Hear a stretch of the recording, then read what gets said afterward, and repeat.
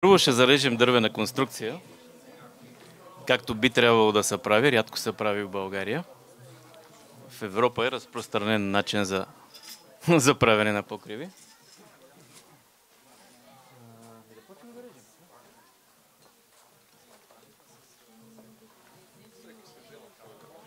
Предварително, да не губим време, сме си разчертали ребрата. Това са ребрата като тези. На 45 градуса наклон сме решили. По-лесно просто.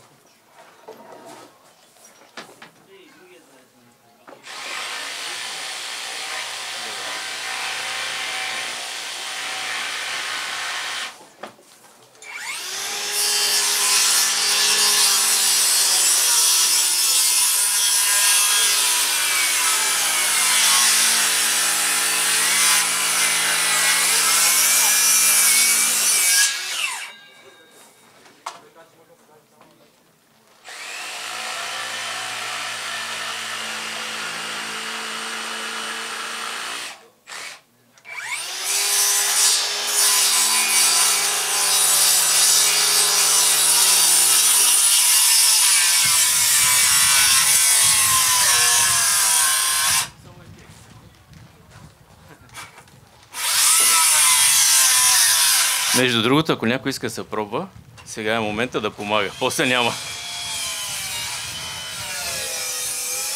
Давай. Давай.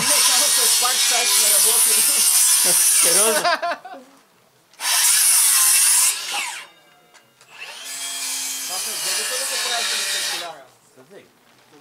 По принцип не, ама сега се вижда.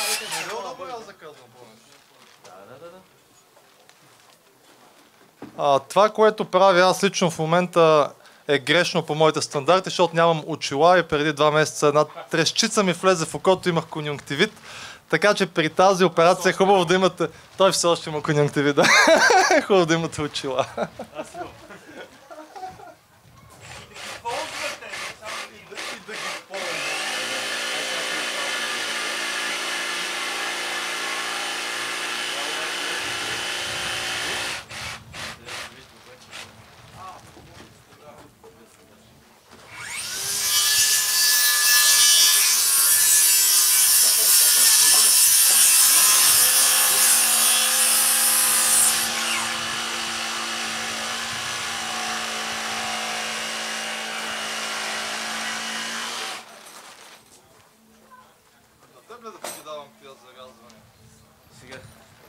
Първо да покажа винтовете.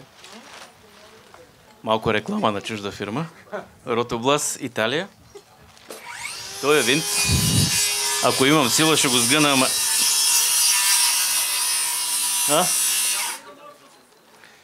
Може? Сгъва се, но не се чупи.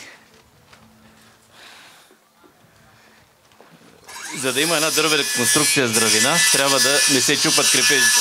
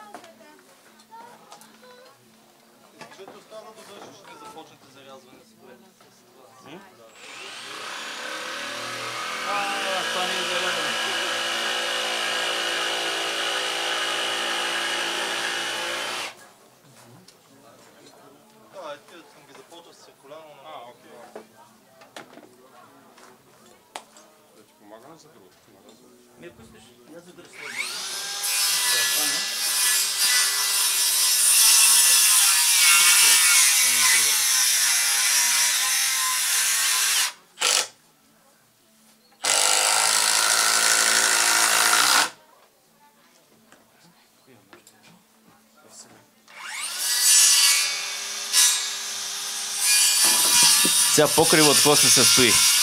Ребра, които носят.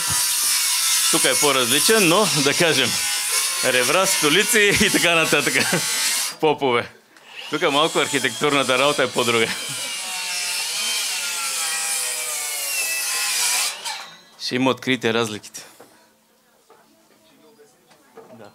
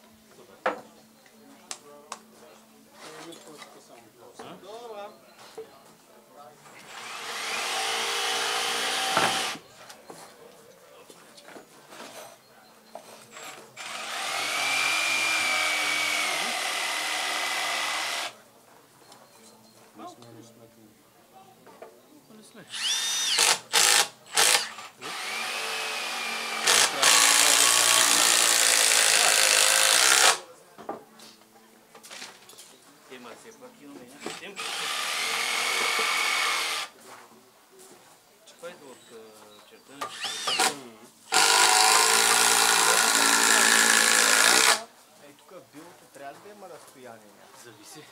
От какво? Кой колега пита това? Ей там. Конструктора. Той не е конструктор, той е архитект, ама чули сме от някъде и питаме. Имаше публикация скоро. Значи зависи от... Ще има клещи. Не. Това е от скоростта на рязането, иначе просто. Ако режем малко по-прецизно, няма да е... Сега, това разстояние се прави, когато са много дълги тия срязове и то държи странично. За да не опира върха първия, а да опрат страниците, тогава се остава разстояние горе. По същия начин е и тук, ако има сега попче в средата, то се остава на разстояние, за да не твариш попчето. Т.е. да не огъваш клещите. Разбираш ли? Ако тук от билото сложиш една вертикално попче към клещите, то е удобно при монтажа. Обаче, ако натоварваш клещите с това попче, ти почваш да ги огъваш, а те работят по друг начин. Те работят всъщност като клещия, така държат двете страни. Ти знаеш много добре.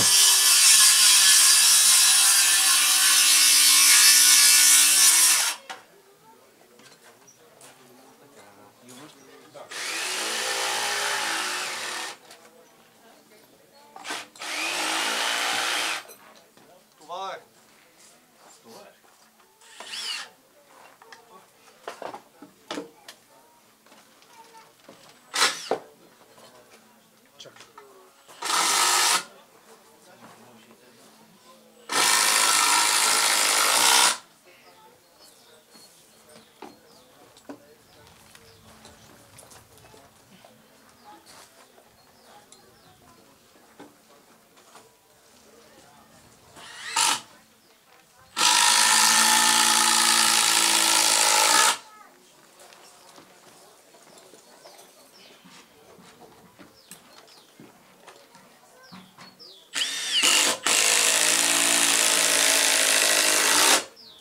Има още по-дълги винтове, ако на някой те му изглежда дълги.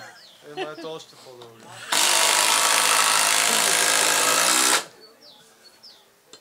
Супер. Сега, ако обърнахте внимание, материала малко не прилича на другия. Това е сух, истински конструктивен дървен материал, който е от ЯВ. Пак реклами правим, ама какво да правим? Една единствена фирма го внася. Има то зависи, какво си купиш. Така, това е имитат малко макетче на покрив. Подложената столица, която е върху зида, билната столица и другата подложена на другия зид. Сега, при натоварване отгоре, сняг и тежест на керамиди, какво се получава? Двете столици трябва да се разширят, т.е. да се разтворят. Това се спира както и архитект Петличков го е направил, с клещите горе. Искаш вътре да ги сложим само по една вътре и това ще е.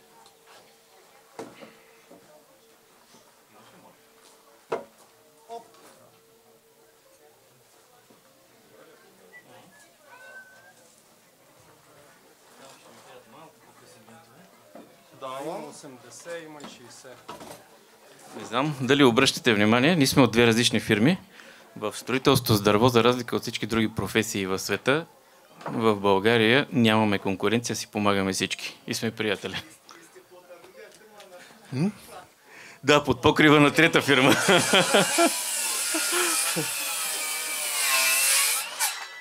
Осмици.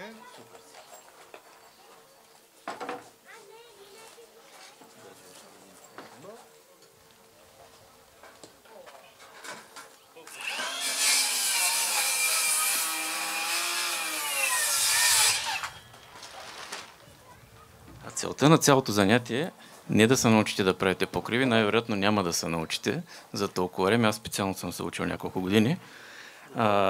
Идеята е, като ви правят покрив някога, някъде, най-често са едни така по-тъмно-зелени индоевропейци, да знаете какво да търсите и какво да искате и за какво си давате парите. Нали? Един покрив трябва да изглежда по този начин. Не е ретро, а съвсем съвременен. Най-вероятно ще живеете под такъв.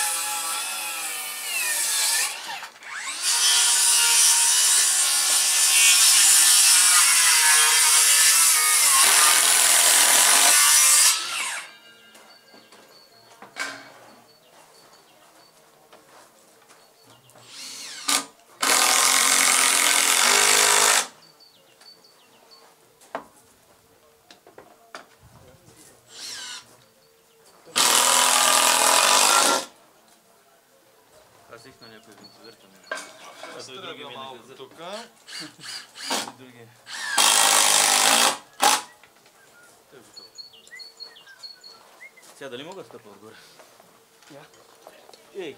Чак мен издържи.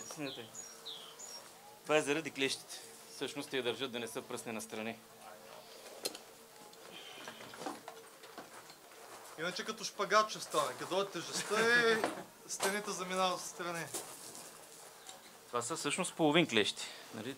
Другата половина като шамар от другата страна. Всъщност това нещо там, където стъпваш, вероятно половин един тон може да бъде. То практически не е натварено, просто да има къде си подредиш ребрата. Да, около един тон може да се качи да... Спокойно, да.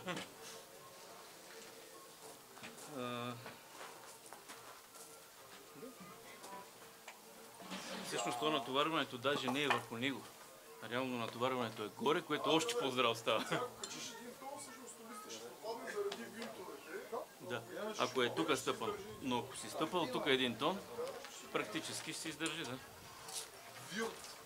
Сега, от тук нататък има мембрана. Да, сега е режем. Сега, теория на покрива. Това е конструкцията, носещата. Върху нея най-често се слага дъщена обшивка, няма да я слагаме, защото после трудно се разковава. Дъщената обшивка служи да не падат майсторите през гредите долу. Ние няма да падаме. Има и такива мембрани, които служат специално за такива покриви без дъщена обшивка. Не правим реклама на Ротоблас. Случайност. Просто случайно с това работим. Ротоблас е фирма специализирана, европейска, италианска фирма, специализирана само за дървени конструкции. Тоест всичките продукти са с тази цел произведени, винтове, мембрани и всякакви такива неща. Съответно Милуоки и Макита са пък машините за това производство. Целта на мембраната каква е? При спукана керамида, при конденс някакъв, което е напълно реално във влажно време, хладно да се образува, този конденс да не попада под покривното пространство, съответно в хола пред телевизора. Тая мембрана спира дори и дъжд, който е без да има нито една керамида на покрива, тая мембрана трябва да издържи. В същото време, за разлика от найлон, асфалт и всякакви други такива, тя е паропропусклива. Тоест, парите, които са отдолу от обитаване, те не се спират върху нея да правят конденс, да гният дървесините, а спокойно се провежда нагоре към керемидите. Нямаме такива, не? Нищо. Да, забравих. И сложим железо. Сложим железо и сме готови. Тук да обаря. 120. Само че тук сте железо на 45. Добре. Искаш ли триъгълник? Опутуваш ще.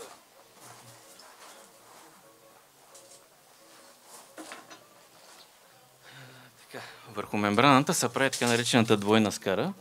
В момента Ада ще я режи. Това са летви. Едните са по наклона надолу. Контралетви и другите са носещите за керемидите летви. Контралетвите, това е целта да останат празнина между керемидите и мембраната.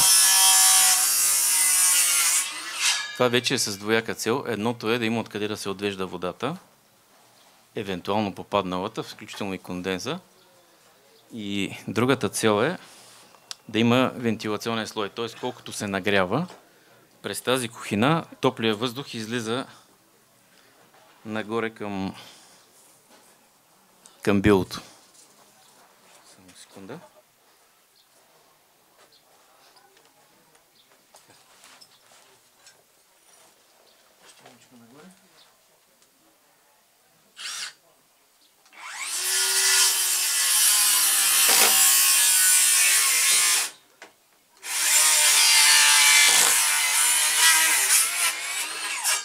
Горе-долу изглежда се едно в масло се завиват. Дали да не го обърнем към хората? Добре.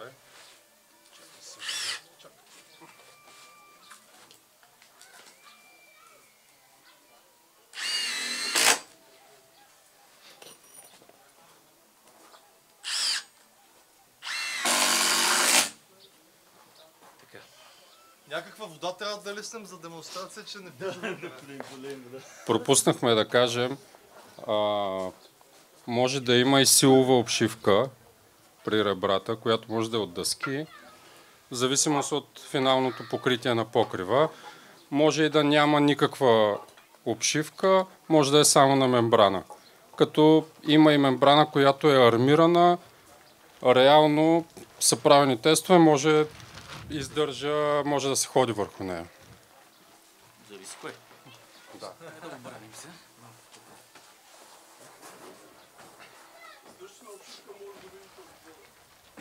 Да. Много осъзнат. Така. Да направим и другите. Летвите. Колко са? Тук ли? Или са тези тук? Значи, че там малко да работи.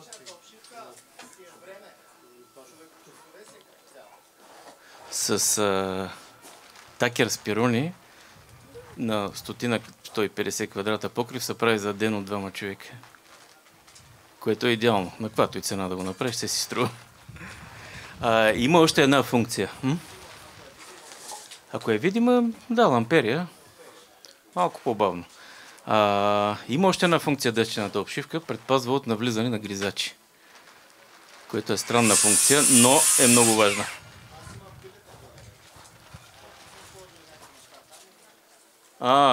Ще покажем и тези неща. Да. Сега. Обърнете внимание на размера на летвите, защото навсякъде стандартно летвички са 2 на 2. Да, при тъмно-зелените. 5 на 5. Това говорим за фирма Домовик. Екодом са малко по-бедни. Карат го 3 на 5 или 3 на 6. Ние пръскаме парите без да мислим. Летви 5 на 5.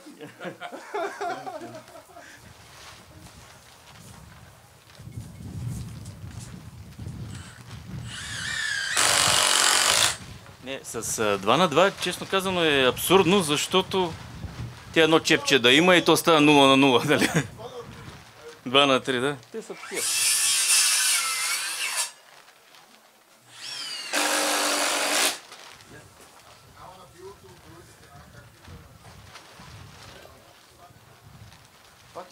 летва е тук.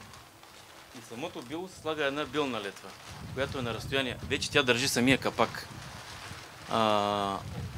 Но тя се мери спрямо керемидите. Просто ще да е бавно, ако правим и това.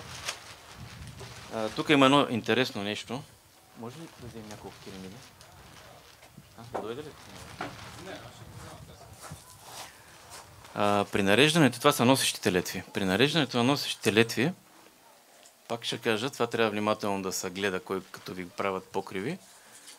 Много често се получава най-горния ред рязан, най-долния рязан, най-долния виси, стърчи, не знам какво там. Керемидите трябва да са еднакви навсякъде. Идеята е да се сметне така, че да излезнат цяло. Те такива ли са? Те са от старите. Ужас! Значи, и с тях става. Понеже каза, че домовик са лач, нали? Това още една летва. Ще приплъзват. Не, няма. Свалени са от покрив.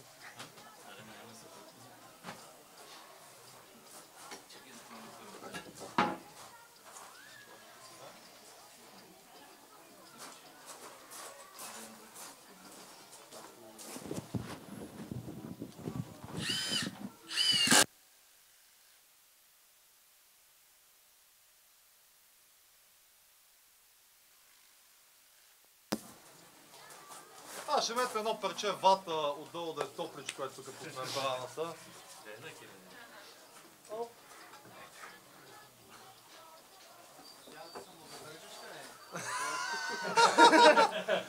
Трябва да има изкуствен интелект, за да се задържи сега. Всъщност, тук идва...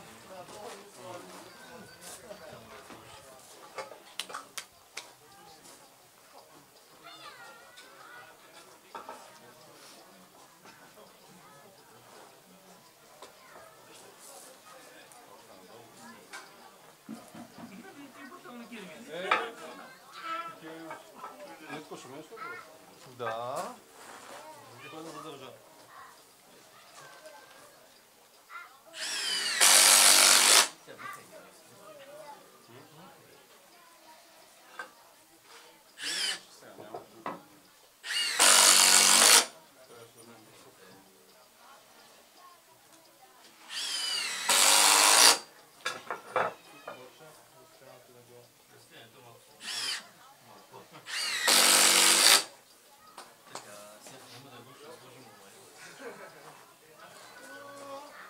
Това разстояние, за което говорим, тук въздухът спокойно циркулира под керемидите.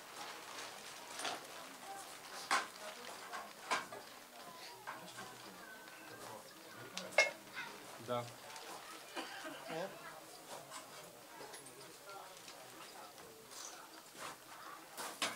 Междувременно един материал, който не монтирахме сега, но носим, за да ви покажем, една уплътнителна лента, която може да се сложи под ето тези летви, така че отворите, които се правят с винтовете, да бъдат уплътнени от тази летва, за да не може никаква влага или вода да премине. Тоест тя стои отдолу под тези летви. Почти никоя фирма не ги ползва, това са само допълнителни разходи, разбира се, но в най-добрия вариант това е скоростно строителство и забравихме.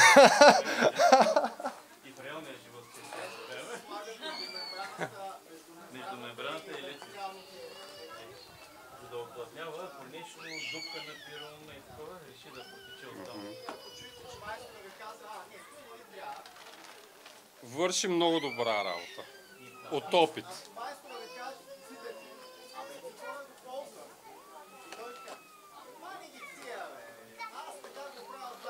Митко?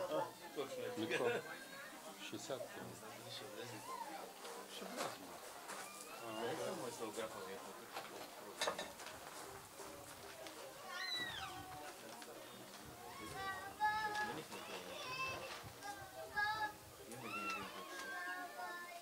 Имаш ли някакви лентове? Винтове, така. За мен 5 по 60, нещо по-трудно. Не може да влезе това. Тук ще откраднем от господин архитект.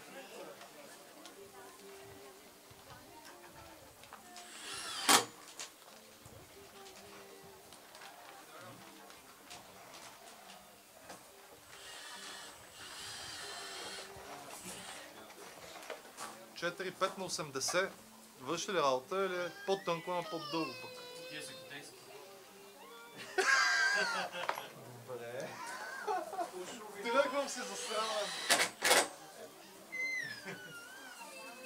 Така. А и това няма да го видите никъде. Почти, освен на качествените покриви. Има фирми в България, които работят качествено. Не само нашите. Каква е идеята? Всяка керамида е средната, нали? Само първата е върху никой, горката. Какво правят старите майстори? Обърнат една летва и така наобратно, да не е на 3, да е на 4 и всичко е чудесно. Само, че първо няма вентилация, второ влизат пиленца и всякакви такива неща. В момента това е сметнато горе-долу да надигне точно толкова, колкото ако имаше керамида. По този начин, като погледнете покрива, той е равен. Доста покриви, първата керамида си виси, защото се е забравили, или пък стърчи, защото са сложили две летви една върху друга. Другата идея каква е? Тази решетка спира пиленец между вълните на керамиди. Това отдолу пропуска въздуха. А тук най-отдолу ламарината служи. Ламарината служи за да пази летвите от вода и е съответно водни пръски да влизат директно в улука. Улука е отдолу. Съответно тази кухина, която е под летвите отдолу, там пак се предполага, че могат да влезнат пилета. Слага се една мрежа, която не сложихме. Ама... Едно парче. Това е сета, е? Той е по-надолу. Винаги зад улука става празно място. Поне си пъхнеш пръстите. То пак зависи от вида до лука, де. Може, но дупката е зад ламарината. Зад лука и зад ламарината. Оттам може да се вентилира допълнително, което не е проблем.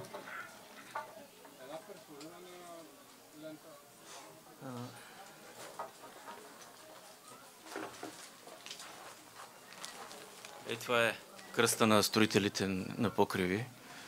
Мога да го прекръста. С това се разчертават ребрата. Не знам дали обърнахте внимание, ребрата, където лягат върху столиците, са зарязани с Г. Тук не знам дали е така, тук е другаде. Това зарязване води до това, че тежестта не води до приплъзване на ребрата. Реброто не тежи на ръба на столиците да се мъчи да я върти, а тежестта е директно надолу. Тоест, вие може да сложите на покрива едно ребро, което то няма да се приплъзне, то си стои без винтовете. С това се правят разчертаванията. Примерно. Да, прави ъгли. Това е мрежичката, която се слага отдолу. Да не влизат пилета. Пилетата са много голям проблем, защото напълват цялото това пространство с едно и други тям подобни. Правят си гнезда, умрели пилета, яйца. Наистина я разкъсват. Не знам защо чоплят, но стават много големи дупки. Белките отиват пък да ядат пилета и... Сега.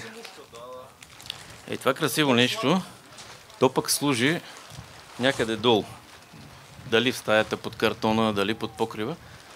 В всички случаи под изолацията. За да може евентуалните пари, които са от стаята, да не навлизат във ватата, съответно пък да кондензират някъде в нея. Защото тя на едно място в нея ще е студена. Ще стигне до точката на конденсия и ще кондензира. Тази мембрана пропуска, но тя пропуска влагата, която е вътре. Дали в конструкция, дали във вата. Не е целта да си проветряваме стаята през покрива. Няма и как да се получи. Има си затова вентилатори, отдушници и всяки такива неща. Какво да кажем като на покрива?